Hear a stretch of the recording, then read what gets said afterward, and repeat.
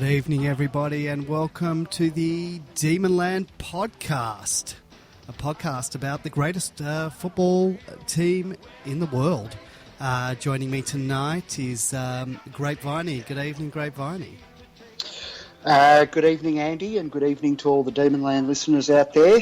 Very big show ahead tonight.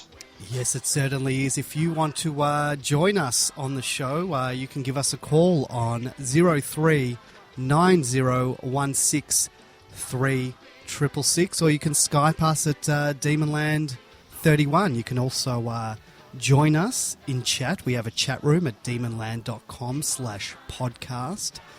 You can chat with us if you are too shy to give us a call. Chat with us, ask a question, we'll answer whatever we can. So that's ways to contact us. Hopefully we've got some people listening in the audience. It's always hard to tell whether we have anyone listening, but it doesn't matter. We'll talk anyway. And it says we've got 15 listeners at the moment, so there'll be more coming in as we speak. So now we should just clarify, yes. Because there's been a bit of confusion online. Our interview with our special guest, yes. Mel Hickey, will be in next week's program. It's not tonight, that's next Wednesday night. And really looking forward to chatting to Mel. Yeah, that was a pretty good coup to get as our first interview. So, we probably should do a bit of research and start writing some questions down. If anyone has questions that they want to ask Mel, we probably will open up the phone lines and you can ask. But if you don't want to call in, put something on the Demonland podcast thread and we can answer your question. We can ask your questions and she may answer them. She's a big promoter of the club, Mel Hickey. I don't know if you follow her on Instagram and Twitter, but she sort of posts every day, and she just seems to be always training, always having a good diet. She eats really good food, and she just looks her preparation just can't be faulted. Or certainly what we see from her online presence. It looks like she just eats, breathes and lives footy, from what I can tell. Don't we all at the moment? And we were living and dying football on the weekend. Your thoughts on the game? Is it wrist-slashing time just yet? Well, before we go negative and talk about the game, just one positive that I wanted to bring up. I think someone mentioned it online during the week, but Paul Roos was at the game. He was sitting a few rows in front of us. Yep. He had the hoodie on with the hood pulled over. I think he was trying to just watch incognito and not be harassed by the faithful. But wasn't it great to see Roosie there, not just on his own. Tammy was there and one of his boys, and they were barracking all game. Yep, they were. And he was riding the emotional roller coaster that we all were. And it's great to see him obviously still taking interest in the club and where we go. But I don't know about you, I'm still grateful almost every day of the week for the job that Roos did. And I'm still a little bit... mystified how he got it done so quickly, because when I think about where we were when he came in and look at where we are now, and that's putting aside the last couple of weeks' results, which have been disappointing, but, I mean, he's taken us from a VFL standard team to a very competitive AFL standard club that's playing really good football for the majority of the time. And to be able to do that in 3 years, he is a magician. Yeah, we were really going nowhere and going nowhere fast before Roosie came to the club. And if it wasn't for him, we would probably still be where we are. There's probably some of the thanks go to the admin, with Peter Jackson down at the club as well. But you needed a big football personality who could get the job done. I think that there were times during 2012 and 2013 where, not maybe from the Commission's perspective, but from the perspective of other people in the football industry, there was a bit of an existential threat to Melbourne. Jeff Kennett, I recall, saying, we'd become totally irrelevant. We should move down to Tasmania and be the Tassie Devils. Yep. And things were so bad that it was just plausible, wasn't it, that we might be wound up in some way or shipped off interstate.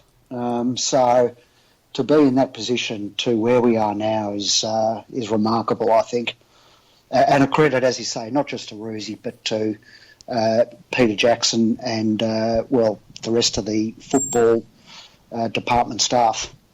Yeah, and so it really was nice to see Roosie there and supporting, barracking and supporting the club. And, because he was sitting in the section where we sit, this was obviously organised through the club. So unless he takes out a membership each year, those tickets were probably given to him by the club. Yeah, I saw him go into it was a small chairman's lunch on the weekend, and I saw him go in there just before he sat down. So I don't know whether he was there officially or unofficially, but he'd be secretly and perhaps not so secretly hoping that Simon can win a premiership because in part it would be his premiership, wouldn't it? Yeah, well... Any success that we have is going to be sheeted in some part back home to Roos. Well, you would think that he would have a vested interest in it, considering, the time and effort he put into it, I don't think he was just there for a paycheck. He did seem to really care about the club. So, I don't think he just left and washed his hands of it. He would, I think that he would have a vested interest in how we go from here. Yep, he was certainly barracking hard the other day, that's for sure. Well, his barracking couldn't get us over the line, so what could have got us over the line? We got close. We did, but should we have been in that position? That is the question. Well, no. The third quarter was the defining quarter of the game, and although we got back into it in the last, no, we shouldn't have been, 3 goals down or 4 goals down, whatever it was at 3/4 time. And really, again, we bled a late goal in the second quarter, right before half-time, just as we bled 2 goals just before 3/4 time the week before against the Cats. And, look, I don't know, did they take the foot off the pedal at half-time? Did they go in perhaps a little bit too self-satisfied, thinking we've got this? Well, I certainly thought we had it, so... so did I. I thought we were just going to go on and roll them, but not to be the case. So what happened? What was the breakdown? Well, their midfield got on top, and I don't know. I think I think we did take the foot off the pedal, and perhaps we didn't work as hard as we have been, and there just didn't seem to be any way or any effort to stop the rot once it started. We conceded 1, conceded 2, conceded 3, and I thought at some point we're going to stop this, but it didn't happen. And we haven't eradicated those lapses from our game yet. They're happening less and less frequently, but they're still happening. And I think part of it, is probably due to our youth and inexperience. But we don't have a great record in closing out close games over the past few years, do we? Everyone talks about that notorious St Kilda one that we lost with 41 seconds to go. Yep. We lost by less than a kick to North down in Tassie last year. And now here we led with 3 minutes to go and somehow managed to cough up the lead right at the bell. Yeah, and I haven't watched the replay of the last quarter, particularly even the last 2 minutes of the game. Was there any question about the goal that was kicked? Did you see that? What's his name? Cam McCarthy or whatever. Yep. Was that a goal? I couldn't bear to look. No. Look, I only saw what we saw on the day, and I think I've seen maybe one replay since. But I don't think we were dudded that way. I think it was a lace. It was a tiny touch, but I think it was there. And others have said online during the week that they have looked at the tape and it was a definite goal. Yeah. So I don't think we've got any. I don't think we've got any case to make on that front, but we made a mess and coughed it up, didn't we? Bernie's the one who's wearing a lot of the blame for that. Another dinky pass that didn't come off. But there were a litany of errors in those last few minutes, and it's probably not fair to just single out Bernie, although he did make two of them. The long bomb into the 50 right before the siren probably wasn't a great kick either, but... Yeah, we seem to do that a few times where, sometimes the crowd screams for the long bomb, but we really did a few times. We'd do that long bomb and there would just be 3 Fremantle players underneath the ball. Well, the forward structures have suffered without Jesse. Yeah. And particularly when Jack Watts has gone into the ruck, Sam has really been down there on his own. And, we know now, we seem to know that he was playing with a corky. Yep. So it might have been hampered somewhat, but even a fully fit Sam Wiedemann can't run that forward line on his own. Yeah. And I think we've seen on plenty of occasions that those, the forward structure is broken down. Boy, do we need Jesse back. Well, we do need Jesse back, but do you think it's fair to play Sam Wiedemann if he's not ready and play players that might not be ready for the big time? We've got other big bodies. We've got a guy like Cam Peterson. Should we be playing him rather than Wiedemann and let Wiedemann play in the twos and learn the craft a bit in the twos, or do we just throw him in the deep end? It's funny that you mentioned Cam Peterson and being a big body. I saw him at the game on the weekend. Yep. And boy, has he slimmed down. Yes. His body has just changed significantly. And, if not for recognising the face, you wouldn't know by looking at him. He looks a shadow of his former self. So it's... look, I can't see Peterson... excuse me. I can't see Peterson playing this week. They might bring him in if... I can't see it happening, to be honest. I think he had a pretty good game in the twos on the weekend, but I think, as you've mentioned in previous weeks, I don't think he's the first option for Goodwin. And just noting that crazy Jagaro Schmierer has mentioned that Tim Smith should have been given another game. I don't know, maybe he will come back this week along with Jesse, or maybe they'll just bring Jesse back and Wiedemann goes out if he's injured. Yeah, I was sort of wondering why they dropped, another forward out of the team for this week. I mean, we brought in Frost, but he clearly wasn't going to be playing forward. He was always going to be in the back. Oscar was dropped. So why drop Tim Smith when we sort of needed someone else to help out Sam down there? Just on Frost, he played a pretty good game, I thought. Yeah, I thought he did play a good game as well. I've always been a fan, or at least I have, of Frost in the back line rather than Frost in the forward line. I agree. But he was a bit scratchy, but he's got really good dash off half back, and he's an aggressive player once he gets the footy. So I thought he actually did all right on the weekend. Yeah. Who else? Who else was good? Look, Jake Spencer was good, wasn't he? Yeah, look, obviously he wasn't getting the tap-outs in the ruck, but it's very hard to play against a man monster like Aaron Sandilands. He's a big guy. It's hard to beat him out in the ruck, but I thought Spencer was good around the ground. He popped up, he kicked 2 goals. Yep. He did his job around the ground. He took a couple of Max-like marks in the back line as well. So, those saving marks that Max often does in the back line. So, I'm happy with his around-the-ground work. I think he's been a big improvement. Getting the 2 goals was good too, especially when some of his teammates are still, unfortunately, suffering from the inaccuracy disease. So yeah, we had a few, well to nail his chances when he got them. We had a few easy misses. Sam Wiedemann's miss should have been a goal. I think even Viney's early on in the game should have been a goal.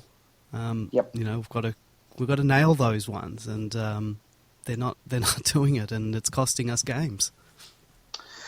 Yeah. The Wiedemann one really was an important one at an important time. So that was disappointing. But for the most part, he's got a pretty good kicking technique. So perhaps it was the corky that hindered him. We don't know, I suppose. No, I think we touched on last week. We talked about Jack Viney and his sort of form in the first couple of weeks, and he's still not finding that form. I mean, he kicked a good late goal, but he's really just not finding the ball around the ground. And well, I had a look at his stats before, and he's down on last year, but it's not a huge downturn. I think he's getting about 5 fewer disposals, and then 1 fewer sort of tackle and clearance, and those kinds of things. So he's down a bit, but it's not an extravagant drop. And he missed important goals or an important goal in the Cats game, and missed that one that you mentioned on the weekend. Would we even, if he'd kicked those, we might not even really be having this conversation. Yeah, probably not. I'm just wondering why I'm not noticing him on the ground. I mean, he's not. He's surely not getting the same amount of possessions as last year, but he's still getting possessions. It's not like he's having 5 possessions a match and having a real stinker. But I'm not. We haven't seen him noticing sort of dash away with the ball that we saw a lot of last year and before that. Yeah. That sort of breakaway Viney. Like we haven't seen much of that this year, have we? Every time Oliver gets the ball, or what's his name? Just out of blank. Petrarca. Every time Petrarca gets the ball, you notice him. I don't know. He just has this way that he moves that you notice every time he gets the ball, and. But I'm not noticing Viney. No, the one thing I have noticed, which, look, maybe it's happened before and you can't keep your head up all game, but I've noticed him twice in the past 2 weeks just with his head down. This is sort of in breaks in play, and he's sort of running and his head's down. And I don't know, look, there's been speculation on Demonland this week that maybe he's carrying an injury or that he hasn't fully recovered from the surgery in the off-season, and perhaps he is not playing 100%, and that's impacting him and perhaps getting him down because he doesn't feel that he can provide the leadership that we know he can provide, and perhaps set the example that he can provide and not impacting games in the way he'd like. So I don't know. I've just noticed it in the past couple of weeks, and it's something I don't think I've ever seen before. We know Jack to be very sort of vocal and strong in his leadership, I suppose, on field. Do you think the weight of leadership is weighing on him? I wouldn't have thought so. No. I mean, he's a born leader. He was already talking to the group in his first year at the club. Remember that famous post-match address to the players after one of the thrashings during the Neil era. So I don't buy that speculation that the captaincy has somehow affected him. I think he should have been made vice-captain.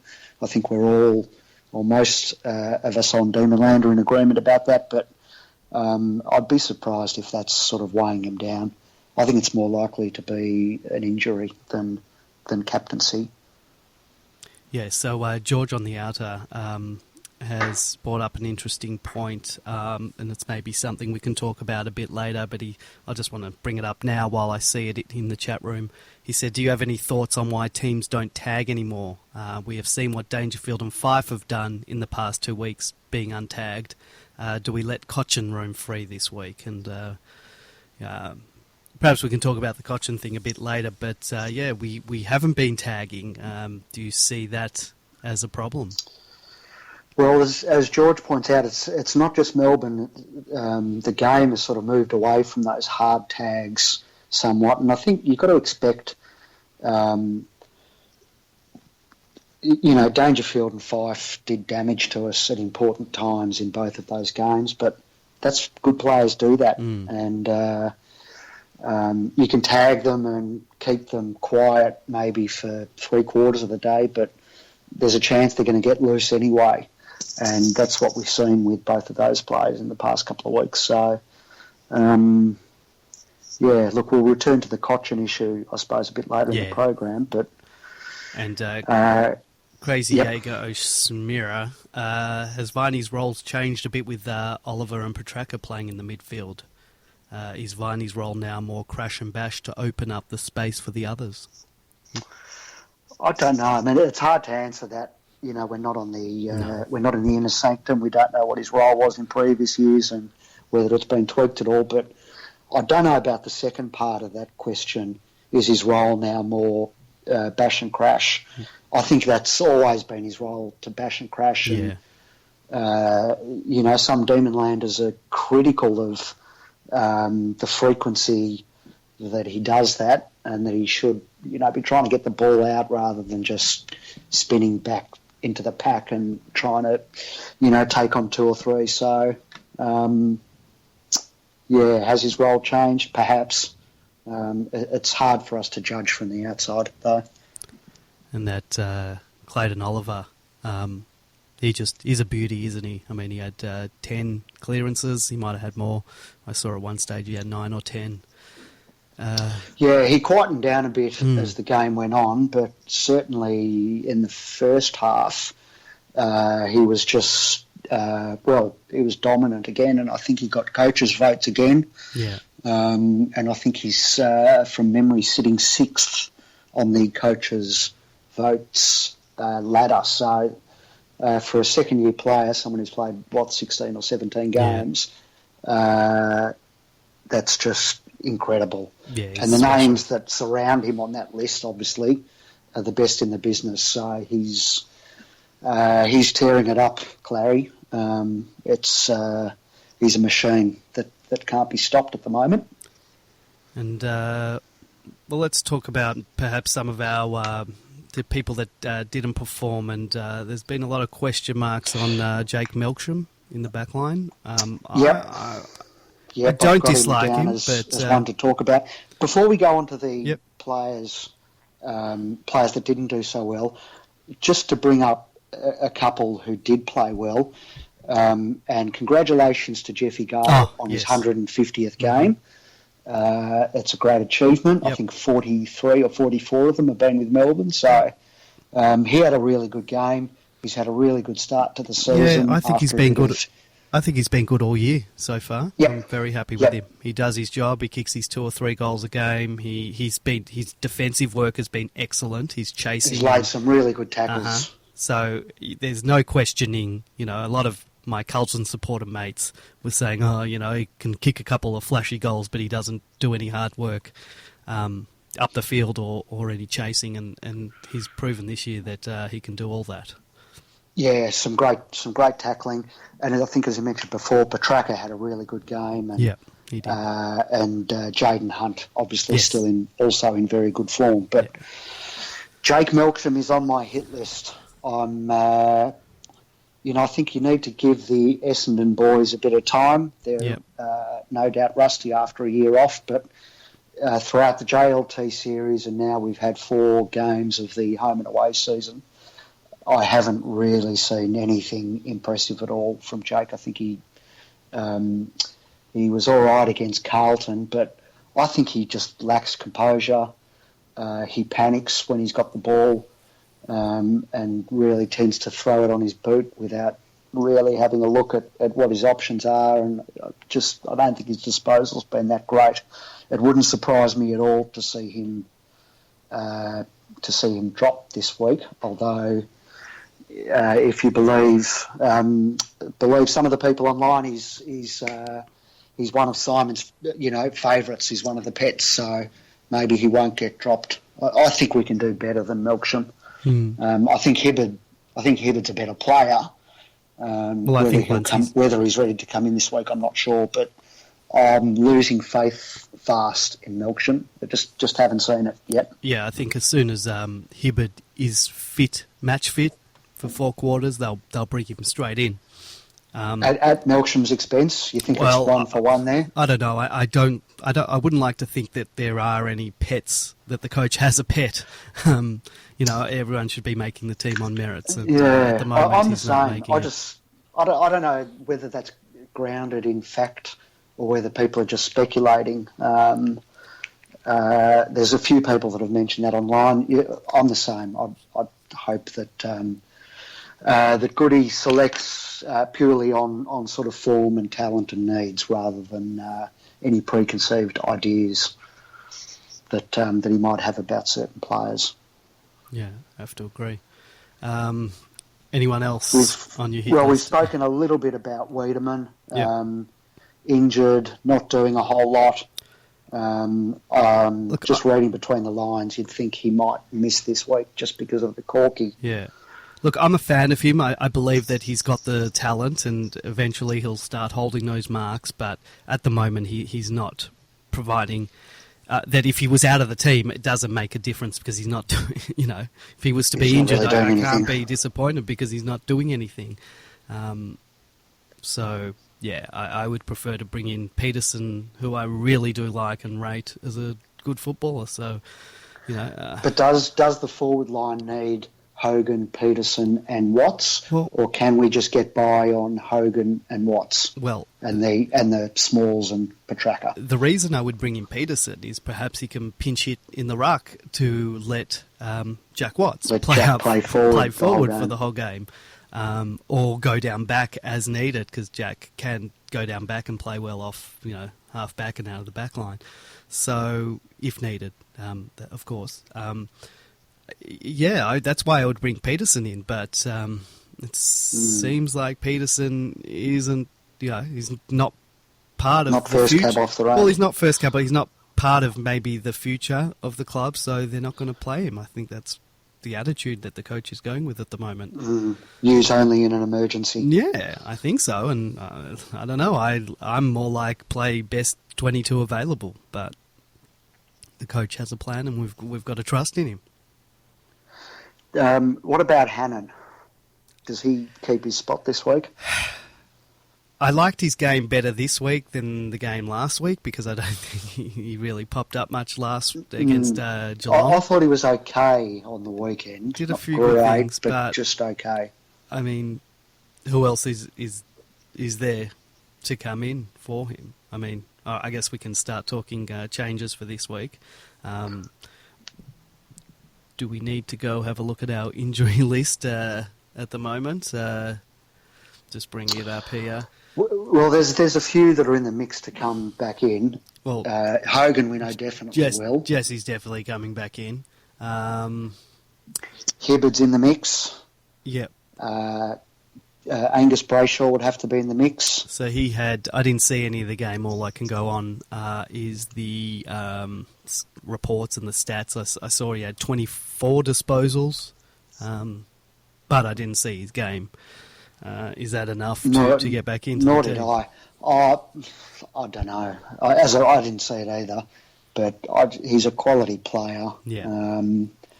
I suppose Goody will pick him when he's, really, really firing, and he might not be firing on all cylinders at the moment. JKH would have to be in the mix. The hyphen, Kennedy Harris. I see someone posted earlier today that Oscar might be in the mix again. I hope it's not at the expense of Frost. I think that, we played the 3 tall backs for most of last year, and I think it worked pretty well with Tommy, Oscar and Frosty back there. So maybe Oscar will come back in. And then, I don't know, Ben Kennedy, is he in the mix? And perhaps replacing Hannon. I guess the difference there, obviously, is that Hannon, can take a mark too, whereas Kennedy's, another ground level player, a bit like sort of Garland and Kent. So, well, it's a good thing that we've got guys that can come in. It's we've got some depth to play around with. We've just got to find the right mix. What are your thoughts on Nibbler? As in our other hyphen. Does he keep his spot this week? See, I sat behind you at the footy, and I don't think you're a fan. From what I heard, you seem to get quite frustrated with some of his play, but I actually like him, and perhaps I'm a bit clouded by the fact that he's in my dream team, so I'm following him more on stats every time he gets a kick, and I'm not too worried about where it goes. But crazy. I don't mind him. I don't think he's in agreement with you. Sorry, Nibbler has been fantastic. He says. I just look. His defensive work is great. He lays a lot of tackles. He works hard, and he's finding quite a bit of the footy. But I think his disposal just lets him down. He's, he breaks down the chain too often for mine, and just making too many turnovers. So I think. I think as guys like Brayshaw and possibly JKH do come back in, I think Nibbler's going to be at risk of falling back out of the team. Well, I think Harms suffers from a similar disease, a similar disposal disease, but Harms is just ahead of Neil Bullen for mine at the moment. So you weren't impressed? Were you impressed with his game at all on the weekend, Harms? No? He's really energetic. Yeah. He attacks the ball really hard. He runs hard. He's got good pace. He's aggressive, and he doesn't mind jumping a bit. A lot of people sort of said that he could have laid off the handball instead of taking the long shot in the dying. I thought he had time to even run a little bit more. Run a bit further, yeah. I think he was a bit too quick on. Maybe he thought there wasn't much time left. I don't know, but just on Neil Bullen, according to AFL Fantasy, he was the second most traded in ahead of this round, traded into people's teams. So it seems that people either rating him because of the amount of disposals he's getting, but also because he's more of a mid-priced player. Right. So he's cost-effective to get in the team, but he has been getting Did the Herald Sun mention him in one of their Super Coach articles? Because that would probably swing a few votes, wouldn't it? Yeah, he's because they do Super Coach and who you should trade in and out. Yeah. So I'm sure he's been mentioned there because he has been scoring quite high in the Supercoach / AFL Fantasy world. Let me have a look. What did he get? This week he got 95, so he didn't crack the ton, but 95 is still a pretty good score. But he got 130 or 140 last week, the week before. So anyway, that's... D. Old Fart has just commented that Nibbler doesn't punish the opposition sufficiently with his possessions. No.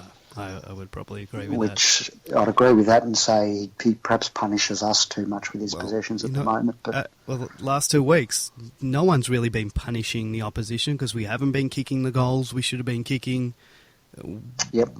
We're not winning, We haven't been terrible. Like in the past, we probably would have got thumped the last 2 weeks. So the fact that we've been in the games and we probably should have won is still a good sign. It's not great that we haven't won the games, but at least we're in contention.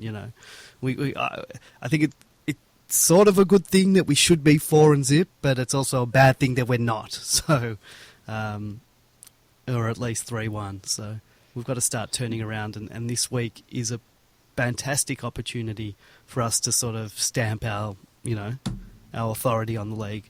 And to beat Richmond, who are 4-0, perhaps they haven't had the best opposition they've been playing, but they are 4-0, and we need to knock them off that perch.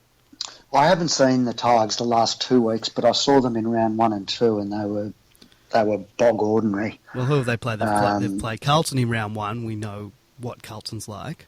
But that was a terrible game of football. Oh, it was absolutely terrible. Richmond looked really ordinary. Yeah, I mean, Richmond won by 43 points, but it was terrible. They let Carlton kick a bag. They let Carlton kick a I think they 89. They kicked 90 points in that game. And then the first half of the Richmond-Collingwood game was one of the worst halves of football I've ever seen. I would have to agree. I can't recall ever seeing more turnovers and drop marks than in that game. So, yeah, perhaps not all that impressive. I didn't see the Richmond-West Coast game, but that was on just prior, while we were on our way. That was while we were playing, yeah. And it was pissing down for not the whole game, but for a bit of the last half or last quarter. So I'm not sure what exactly happened, but they beat West Coast, are a quality team. They'll be, in the top 8 this year. And then who did they beat this week? They beat Brisbane in Brisbane, and Brisbane are probably a bottom 4 team this year. So we've got to knock them off. I don't think if we lose to them, then we could be in for a long year. Dazzle Davey posted a thread, within minutes of the game finishing on the weekend, asking, "Is Bernie Vince finished?" All right. What do you reckon? Look, I don't think he's... And what does our audience reckon? Yeah. People can call in. That's right.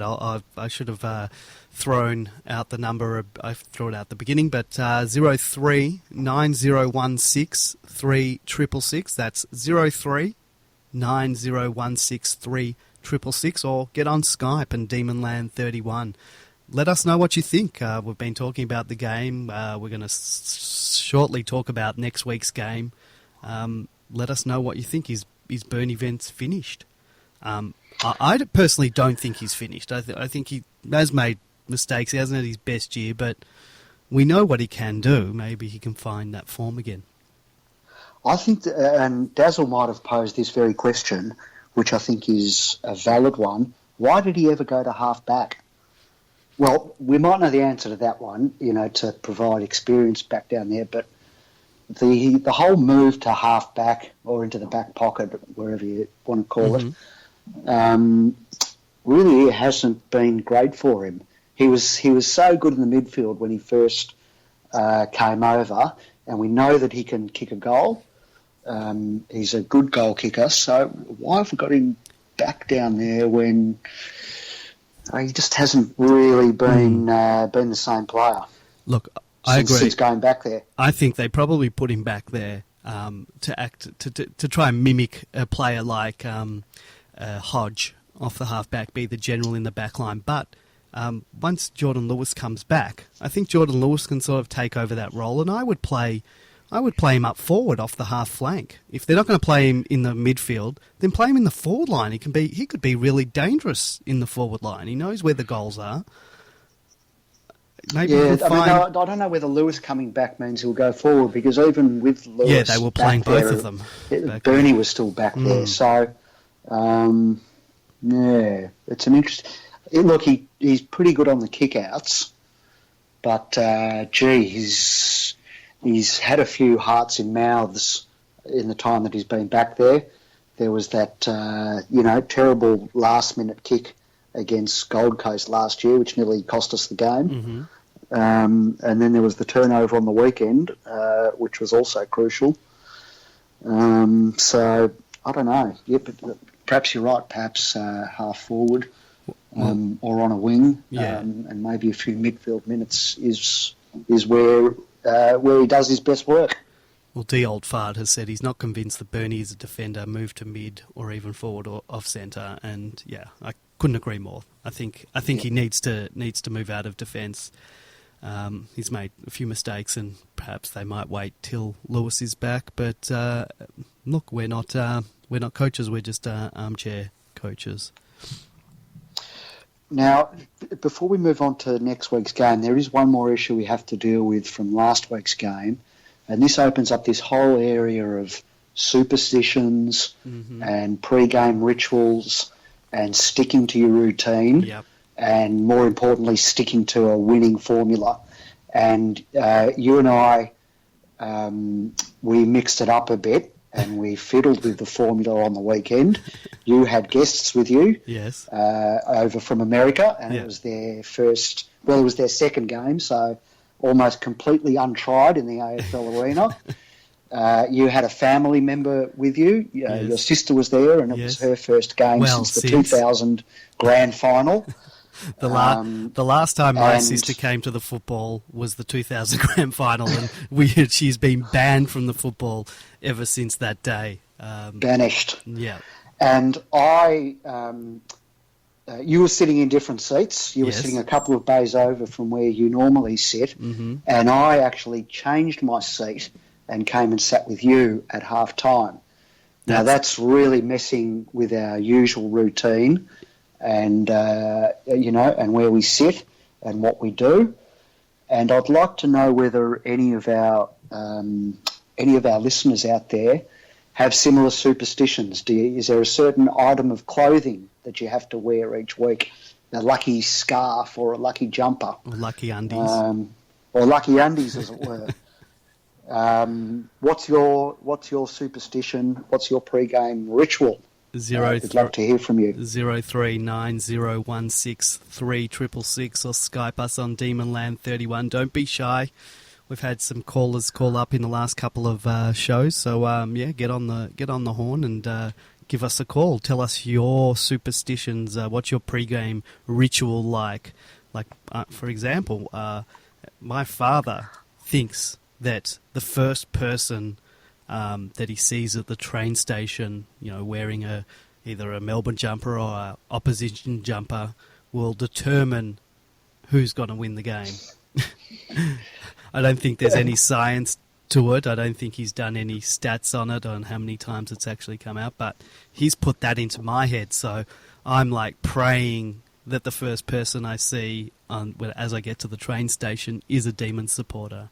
And yeah, and it's interesting because your dad didn't want to change seats at half time, and he didn't, and it didn't pay off for him. He went back and sat where he came and had a chat at half time, but he went back and sat in his usual seat. Yep.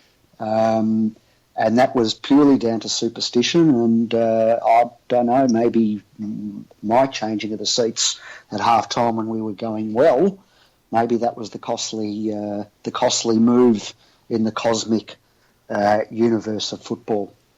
I think it could be. Look, I broke a lot of my rules. I wasn't sitting in my seat. I brought guests over. Thankfully, I've got a thing I never bring. I try not to bring opposition supporters into our section. I think that's the biggest hoodoo you can do to a team. But I brought in a family of Americans.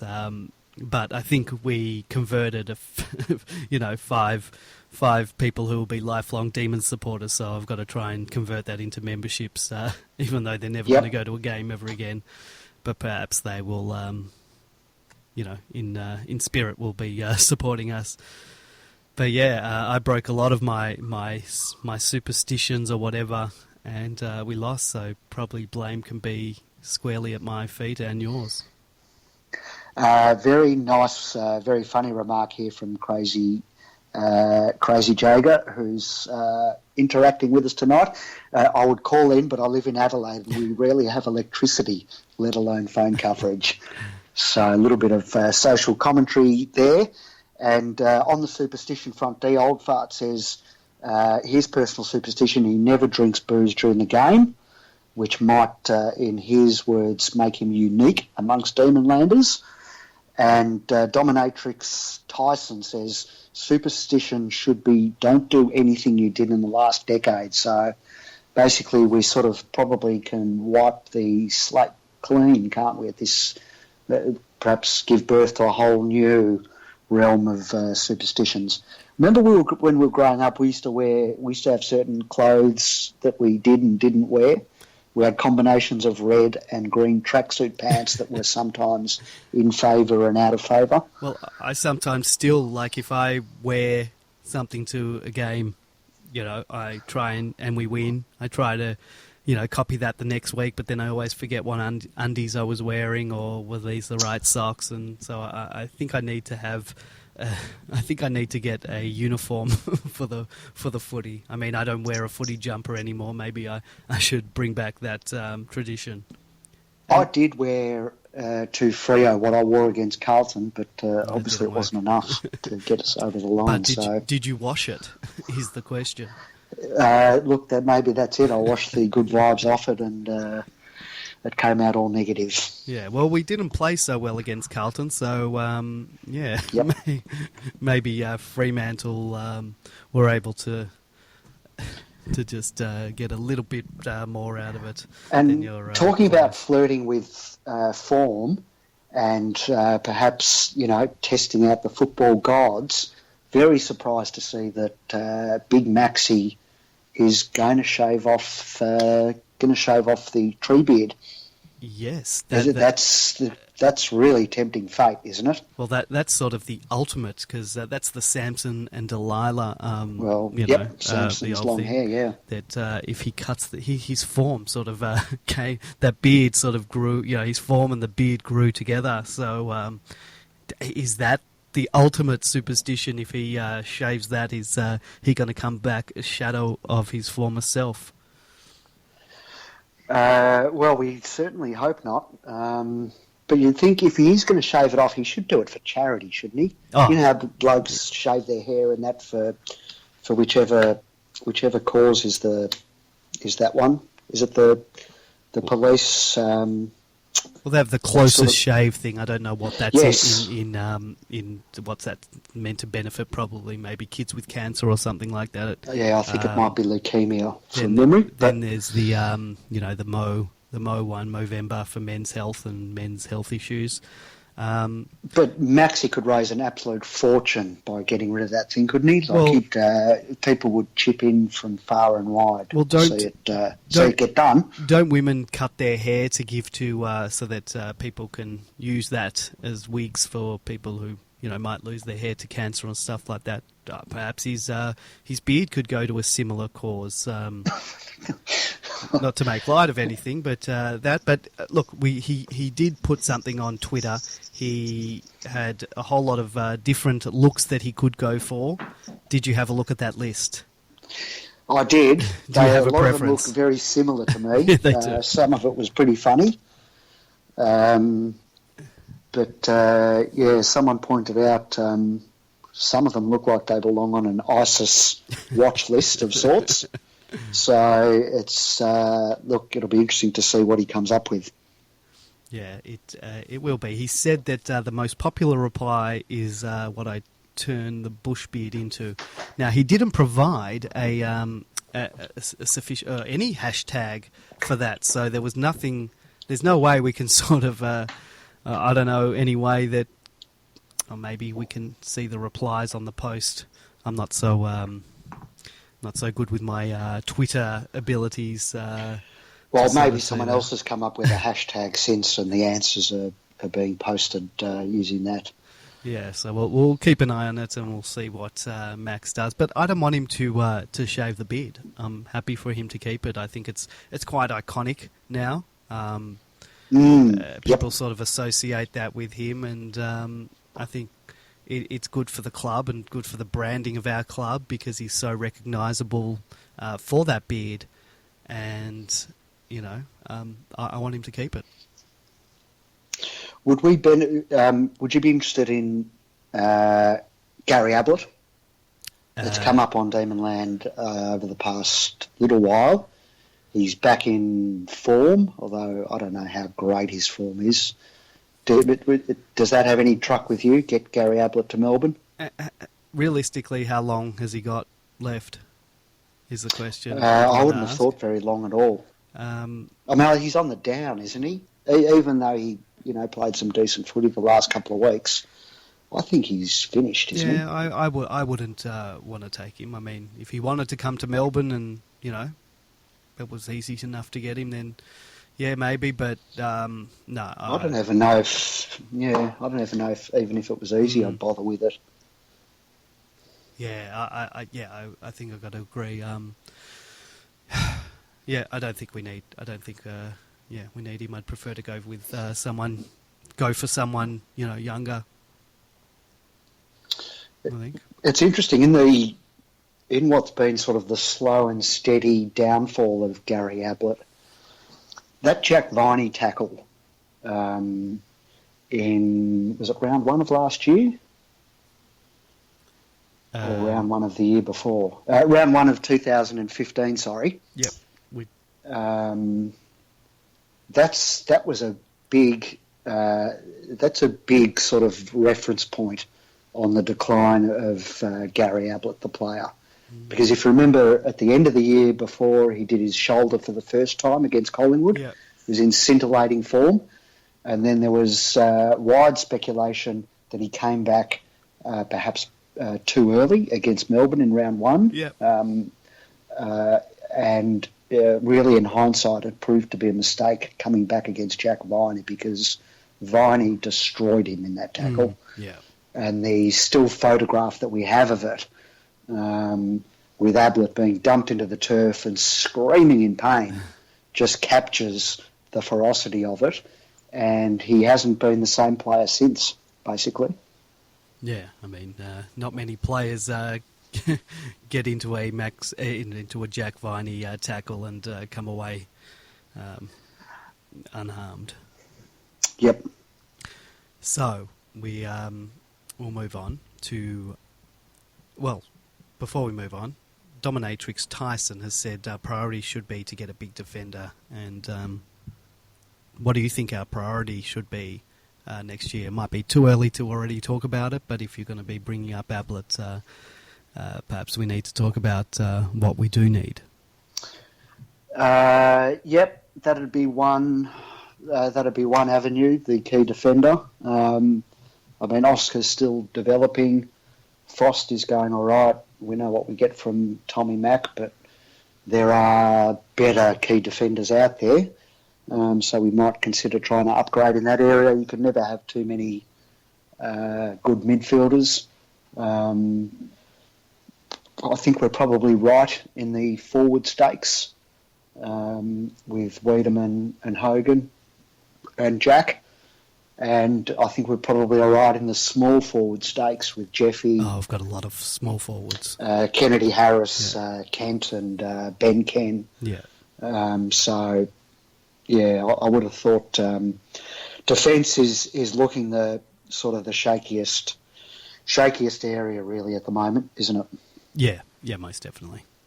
All right, let's move on to this week's game.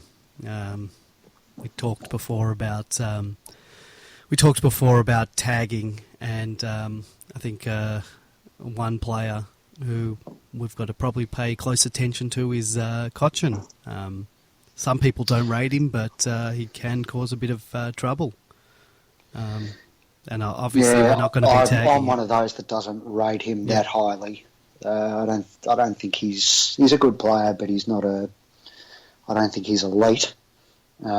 He's having a pretty good year, but Martin's the more damaging one and the more dangerous one. Although there was a bit of talk late this afternoon that he might be carrying some sort of injury. They said he probably wasn't going to miss, but maybe if he's not at 100%, that might assist. Yeah, I don't mind players playing a little bit injured, but sometimes even that kicks us in the bum where you hear a player's injured and then he has a blinder anyway. But yeah, he's definitely the probably the most dangerous player out there. Do you think we'll be able to? We should be able to cover Rewalt with our backman. I'm not too worried about him. No, look, he hasn't been kicking a lot of goals, Rewalt. Their whole forward setup and structure and delivery has been a bit different, so they're not as reliant on Rewalt as they have been in previous years, and now they've got these smaller smaller forwards buzzing around who are picking up kicks and kicking goals like Rioli and who's the bloke with a funny name? It just escapes me at the moment. But so no, I don't think they'll. I don't think there'll sort of be any change to the defensive structure or setup to try and cover off Rewalt or anything like that. No, they've got. How's Prestia going with them? I haven't really sort of paid close attention to him since he's gone. He was okay in the 2 games that I saw. Not great, but he's a good player. He's a good player, and it's going to be a really good game. Richmond will know that we're going to come out pumped, and I think they will probably make issue of the fact that they haven't been able to defeat us on the big stage for a few years now. I think we've won all the Anzac Day clashes, and we also beat them that time in the week after Tommy Hafey died, if you remember. Yes. Where they had that big parade before and didn't come out and perform. And then didn't fire a shot. So Rewalt made mention of it last night on AFL 360. I wouldn't be surprised if Hardwick just mentions it too and says, they're going to be in the spotlight Monday night, and everyone's sort of, waiting to pounce on them if they fall or when they fall, which is obviously going to happen sooner or later. Well, let's talk about the spotlight for a moment. And I read on Demonland this week that we've been shafted to 7, mate. Now, is that a big deal? Now, people were saying, look, people who watch the footy are going to be able to find it anyway. They're going to know that it's either on 7, mate. But there's going to be people that, don't have Foxtel, going to go, either don't know that there's a game on Monday night, or, are going to go past Channel 7 on the TV and, there's no footy on, and that's it. So I think by it not being on Channel 7, we're losing, we don't get many Friday night games. I think we've got one later on in the year. So this was like a big stage TV night for us, and, presumably that's what sponsors like and all that. And we're getting handballed over to a network that's not even on the, in the clicking range of the main channels. And I don't know, I think that could cost us a bit of audience and a bit of, eyeballs on the sponsorship. Yeah, I don't know where I sit in this one. I've got Foxtel now, so I'm sort of a bit removed from the free TV scene and how people watch it. But well, presumably people still, who don't have it. Obviously, Melbourne fans are going to be able to find it. That's not going to be the issue. I'm talking about other people, the wider AFL watching audience seeing our game. People look that stuff up, I think, surely. And if it gets to, 7:30 on Monday night and they flick over and don't see the footy, then you go looking for it, don't you? I remember the other day, one of the first game on Sunday, the Collingwood-St Kilda game, which was being played at a time when there were no other games, and I went to the Fox Footy channel and it wasn't on, and I thought, hang on, how come this game's not on telly? And sure enough, it was on 5:03 because then they had the later game going on the Fox Footy channel. So I think if you're sitting down to watch footy and you can't find it at first click, then you go and have a look. People are connected to their apps, and all the new TVs have got programs on the screen there, so it shouldn't be that hard to find, even if it is, shunted to their crappy little secondary station, I would have thought. Yeah. Yeah, look, I just want to get I want value for money for our sponsors. Well, we don't have one at the moment. No, not on the back of the jumper. What's happening there? Surely someone must want to I don't advertise. know. It's we're We're not a desirable we're club at the moment. five rounds in, so it's a curious one, isn't it? Mm. Is Peter Jackson sort of sitting in front of a few offers and trying to pick the best of them, or trying to get an extra few 100,000 out of it, or yeah. Well, you would think that it's curiously silent before this week being on the big stage, it would be the time to sort of get it out there. But yeah, I don't think it's going to happen anytime soon. You would have thought it would be done deal already prior to the season starting. So I'm not sure what's going on there.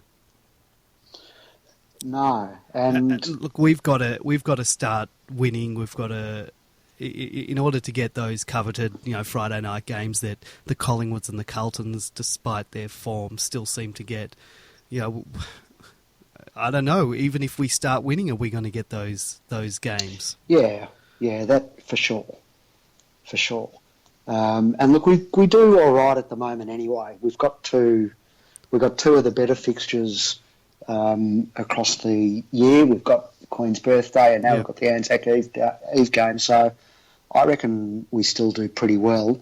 In fact, we're doing remarkably well off the decade that we've had. So, I don't. That sort of whinging about not getting enough blockbuster games doesn't really have truck with me. You get the blockbuster games once you become a really good team. So, well, I've noticed that in round 7, St Kilda are playing GWS on a Friday night at Etihad. So, you would think that if we can have a decent year this year, we might get one or two more Friday night games against some of those emerging clubs.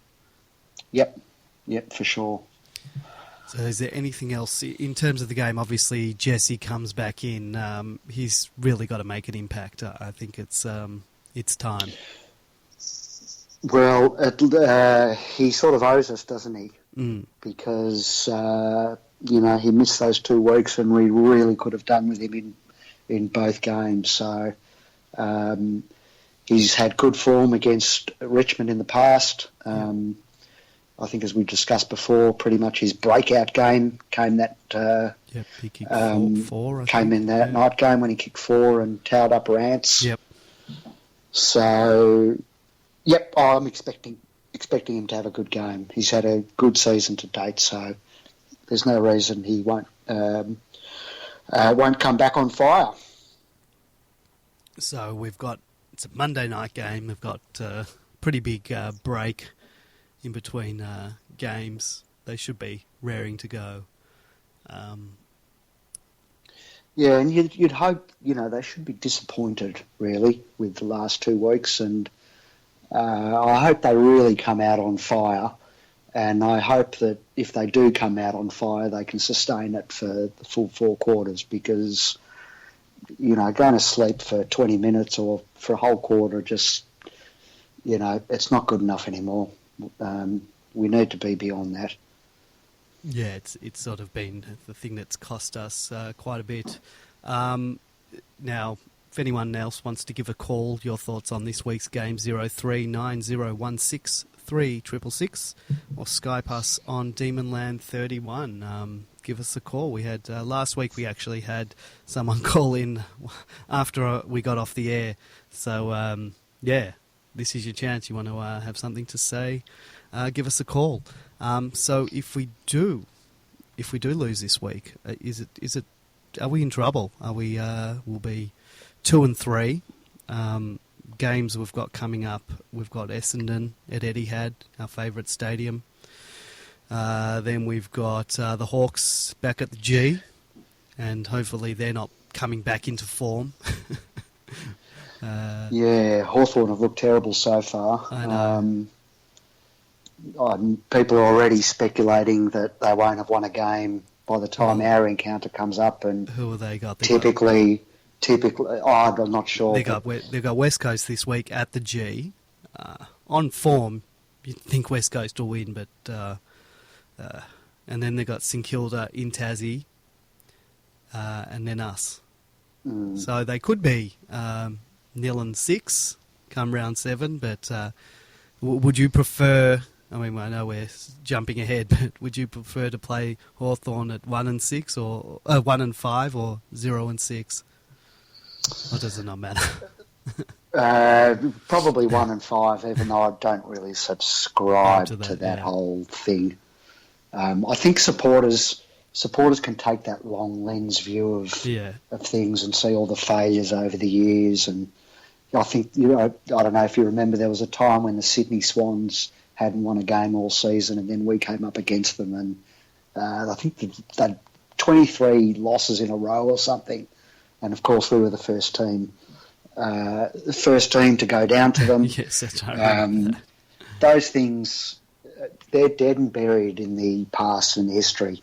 And the only games, similar sort of games that have mattered, that really you can sheet home to the current team, is the Carlton game of last year. So, and the Essendon one. So, I don't know whether the record is as bad as some supporters like to make out, in terms of being favourites or playing sides that you should beat.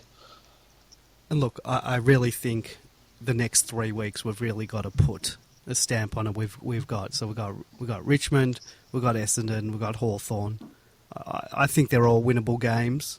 I'd like, I'm jumping ahead of myself, but prior to us going in to get against Adelaide come round 8, I'd like to have a few more wins. At least be in the I don't think it's season over if we lose this week. 2 and 3 you can certainly recover from, but the way I see it at the moment, Richmond aren't a top side, and we need to chalk up as many wins as we can against teams that are in a similar sort of bracket to us, and Richmond are either in that bracket or below it. So, we need to win. We really need to win. We should win. Yeah, I agree. I was having a look at my tips today, and I was a bit hesitant to tip us, but I think I am going to. I'm not one of those people that always tips your team. And that's another silly, thing, isn't it? That's another thing we can discuss another time. Whether with footy tipping, whether you always tip your team no matter what. I know there's some people that do that, but I'm not one of those. Can I just a reminder now that we've got people obviously in the chat room and audience listening online, that next week a very special guest, Mel Hickey, will be joining us. Marquee player, key defender, one of the more senior girls going around in the game, very experienced, lifelong footy addict, and as we said before, a great promoter of the club. So looking forward to having Mel Hickey online next week, and start thinking about questions that you'd like to put to Mel in next week's interview. And also, while we're talking about our women's team, I noticed I can't even remember what game I was watching, but I noticed that Daisy was sort of, I don't know if she was a special comments or boundary rider. Boundary rider, yep. And I thought she did a great job. She's really a natural in front of the camera. And good on her. That's, another, more promoting of Melbourne and the brand, and people who see her on TV probably associate her with our club. So, that's, another girl that's, flying the flag for us. She's great. I thought she actually did a good job with the boundary riding job. She must have copped some criticism online, because I saw her tweet that she was taking those comments and criticisms on board. And she actually, I didn't see the criticisms, but I can imagine the type of stuff that would have been posted, and she put on a pretty brave face to just handle that and water off her duck's back. So good on her, and keep working at it. And as you say, she's a great role model and a great ambassador for the club. Probably the face of women's football. She might be sharing that title a little bit with Erin Phillips now, after her fantastic season, but Daisy's probably still the most recognisable face in the game at the moment. So well done. Keep it up. Yeah, look, I can't believe she's copped any criticism online. I saw her. Maybe I'm, looking at through rose-coloured glasses because of her association with the club. But I thought she did a good job. So, she certainly did a much better job than some of the idiots that are boundary riding on all the various channels around. So, haters are going to hate. Don't listen to them, Daisy. So, yeah, we'll be back next week. That's exciting. Our first interview. Yes. So we'll probably have to discuss the format of the how we're going to do the show next week with an interview, and hopefully I'm pretty sure she'll be joining us near the top of the show. So okay, great. That'll we've got her on at a good time, and really looking forward to it. All right, fantastic. It's something for all of us to look forward to. So I'm going to close the show soon. So if anyone does want a quick last call, this is last call. 03 9016 3666. That's 03 9016 3666, or Skype Demonland31. Last call. If you want to get in and talk about anything we talked about, talk about the game last week, talk about the game coming up this week, your superstitions, questions for Mel Hickey. This is your chance. Otherwise, we're going, and hopefully off to the G for a win. Dominatrix Tyson has asked if we touch on Hibberd, and is tomorrow the day we find out if Hibberd is selected. Well, I think we'll see the preliminary team tomorrow, but it won't be finalised. Yeah, I'm guessing Saturday. Yeah, they'll do the the list extended from and bench. I would assume, given past history, that any of those guys who are coming into the team will be named on the bench, just to obviously throw off Richmond's scent. Has Hibberd had enough time coming back from injury to be fit and ready to go, or do you think he might have to play in the Magoos another week? Did he play a full game, is the question. And he did. He did? He did, yep. I saw missing... I didn't see the video of it. I didn't watch the video, but I read the article, and they didn't sort of mention, he'll be in contention this week for seniors or anything. But, look, I'm not, if we don't need to rush him back, then I'd keep him another week. But, yeah, if we do need him, then I'd get him in, but I don't know if we do. Desperate for him to come into the team. I think so. I mean, I think he's a better user of the ball than Melksham, so fingers crossed that he's ready to go and can slot back in this week, because I think he'd be a really handy addition to help stabilise the back line. Oh, most definitely. Anyone else coming back from injury in the next? We've got obviously Lewis coming back from suspension, but I think everyone else on the injury list, there didn't seem to be any short-term injuries. There was a little bit of moment of panic and some fake news, actually, because Josh Wagner was listed as having a shoulder shoulder issue and out for 12 weeks, which I... Let's just talk about that. So he doesn't have a shoulder injury. We know he injured his thumb, so that was obviously a typo or something. But is he out for 12 weeks? No. Or is that a typo as well? Yes.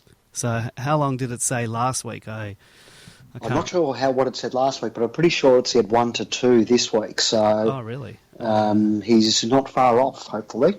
Oh, that was But our man Aaron Vandenberg hasn't come in any further. Oh. He's still out on an extended break, so things not looking good for Vanders at the moment. Someone must have alerted the club to the mistake, because I clicked on the link on the thread on Demonland that I had posted, and it has been changed to Josh Wagner thumb 2 weeks.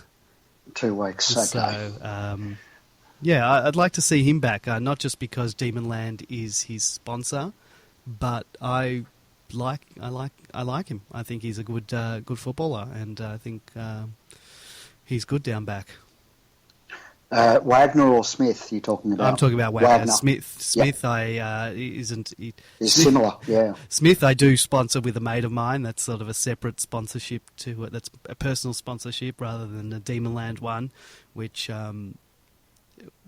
But I've had no luck with 3 of my players that I've got. No.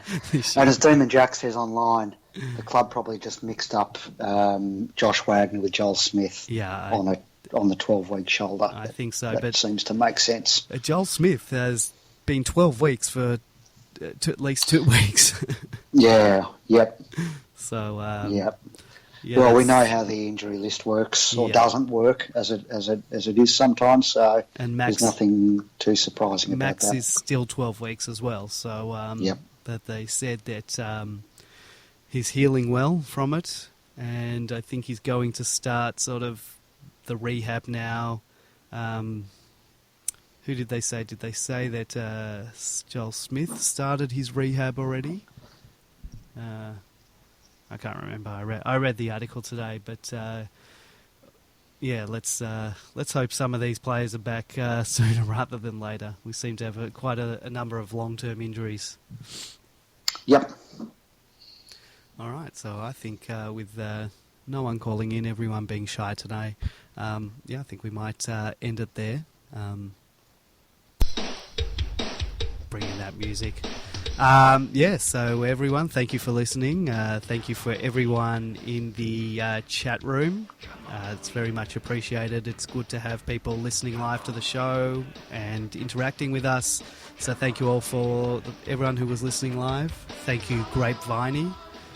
Hopefully we will see each other at the football this week. It's a Monday night. Could be good.